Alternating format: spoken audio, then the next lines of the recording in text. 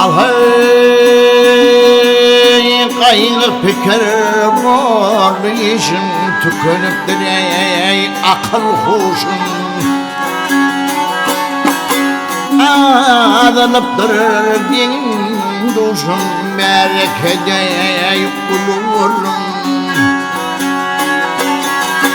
Azılıptır din duşun Merekede ey ululun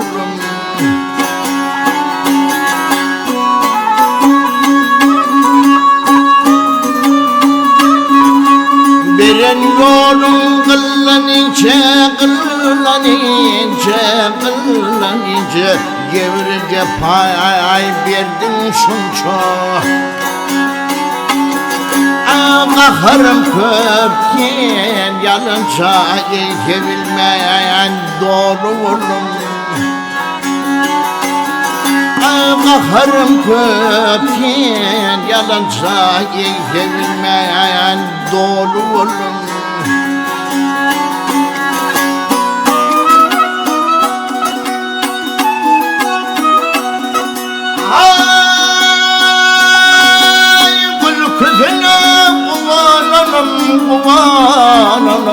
Kuvananım sözlerine söylenenin Kaygısına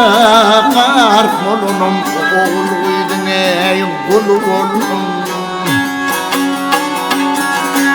Kaygısına kar kolunum Oğluydun ey kulu oğlum Mehmet kurban değildim sözüm Kök zatlere vurdu bugün Dinlemeler yaşı sözüm Dihıstanına yeli vurdum Dinlemeler zarin sözüm Dihıstanına yeli vurdum Ay melekede kulu oğlum Oğluydun ey kulu oğlum